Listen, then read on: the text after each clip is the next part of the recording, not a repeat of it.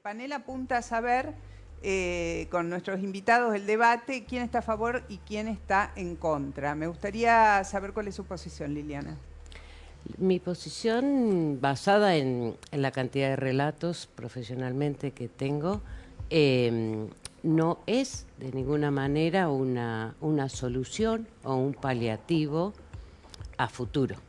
Digamos, así como no lo es la tobillera en los otros casos o la perimetral, en este caso la castración química no sería una solución frente a la reincidencia en violación.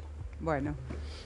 Bueno, Mónica, hay que entender de que cuando se habla de castración química, esto si bien es algo dentro de todo moderno, no es algo que está de toda la vida vigente, hay que entenderlo como la evolución que ha surgido del debate profundo que se ha dado en muchos países. Muchas veces el debate consiste en aumentar penas o alternativas como la castración química. Hay países como Perú que han probado con aumentar las penas y han visto de que en definitiva eso no reduce los índices de abusos, por lo cual lo único que interesa en última instancia es encontrar la forma para reducir la cantidad de abusos. En esto, la endocrinología, que es quien primero ha evolucionado el tema de la castración química, más que nada tratando los pacientes con cáncer de próstata, ha descubierto la efectividad que tiene y que es bastante estable.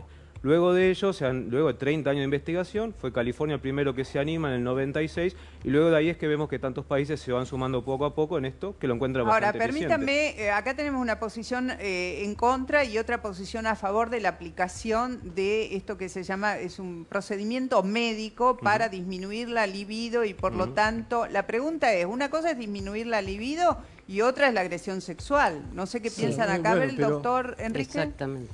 No, yo creo que hay un problema, básico y es, yo escuchaba a Monse y en realidad no disminuye no disminuye en nada. Lo que baja el descenso de la testosterona básicamente lo que hace es disminuir un grado de agresividad eventualmente, porque no es comprender la vida sexual. Estamos comparando sexualidad con una agresión. Entonces, en realidad en sí mismo no funciona, baja en alguna medida el nivel de agresividad. ¿Cuál es el inconveniente? El verdadero violador va a incrementar esta posibilidad porque lo va a volver mucho más violento. Y de hecho, el caso paradigmático de Estados Unidos, el primer caso, lo llevaron a hacer shows por todas partes porque el sujeto hacía unos años que estaba sin hacer nada, estaba tan contento que dejó de tomar la pastilla y al mes violó a una persona.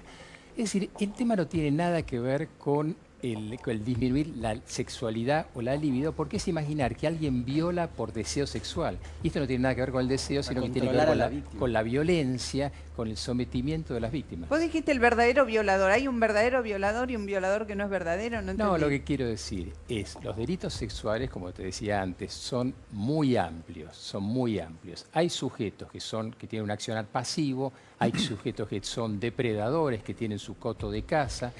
En general, esto se va a utilizar en sujetos que son muy agresivos. Claro, los primeros índices, yo tenía acá la estadística del país pionero en el mundo y el que tiene más estadística, que es la India. En la India le está funcionando, pero básicamente porque el cóctel incluye antipsicóticos para bajar el nivel de agresividad. Pero el tema de bajar la testosterona en sí mismo es una especie de automentira crónica de la que nos hacemos... Quiero escucharlo a Cristian. Cristian, ¿se podría implementar algo como disminuir pena a cambio de evitar el riesgo, a cambio de someterse a un tratamiento? ¿Técnicamente tiene sentido? Es que no tiene solución porque se parte de un eufemismo, se parte de un error de concepto. Yo le escuchaba a Raúl muy atentamente recién y Raúl nos decía que esto es un avance de la ciencia en cuanto al endocrinólogo que puede llegar a modificar. Es un avance tal vez la droga, pero no la idea.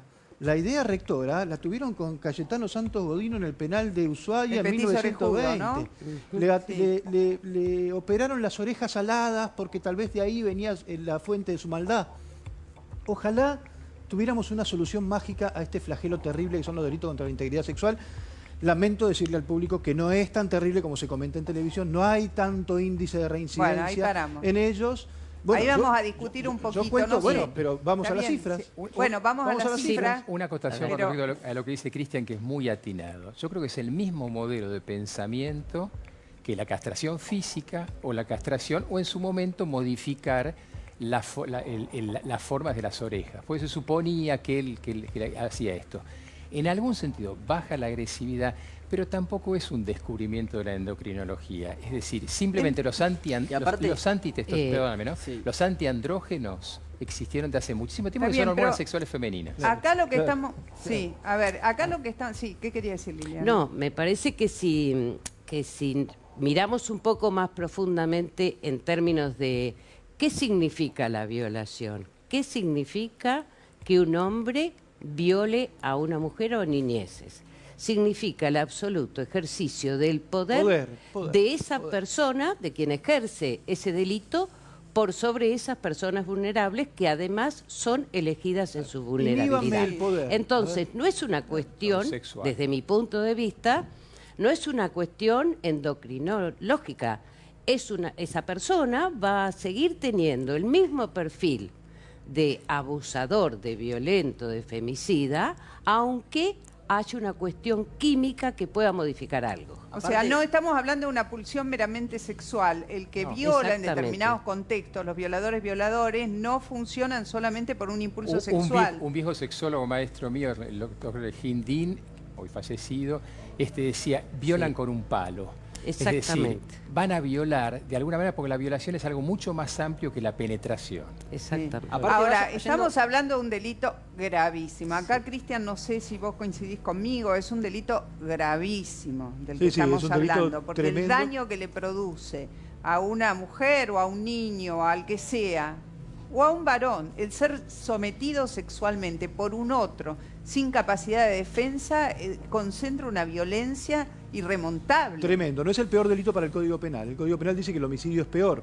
Sin embargo, hay como un strepitus foris, hay un clamor popular por ese tipo de delincuentes que las estadísticas nos dicen que no son los que más reinciden. Lo lamento, el que me está escuchando y no Pero lo lo entiende. que pasa es que Pero tenemos, bueno, espera, yo sé que vos lo lamentás y ya no sé, la estadística fina no la tengo, pero la verdad es que en la Argentina hay una gran cantidad de casos de gente que ha violado, ha cumplido su condena, ha vuelto a salir y a los 3 días no solo viola, sino que mata. Sí. De todos modos, Mónica, Además, me si permitís, escuchamos realidad, la voz de los el problema sobrevivientes- fundamental Ahí voy. radica en, a veces, querer solucionar cosas gravísimas como es el abuso, como mencionas, uno de los terribles crímenes que tenemos, por eso está en el Código Penal.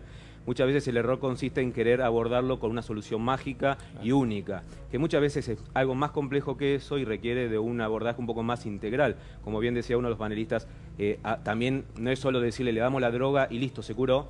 Requiere por un lado la perseverancia en la droga, o sea, tiene que estar constantemente bajo Sí, lo vas. efectos, y además el acompañamiento psicológico, eso es...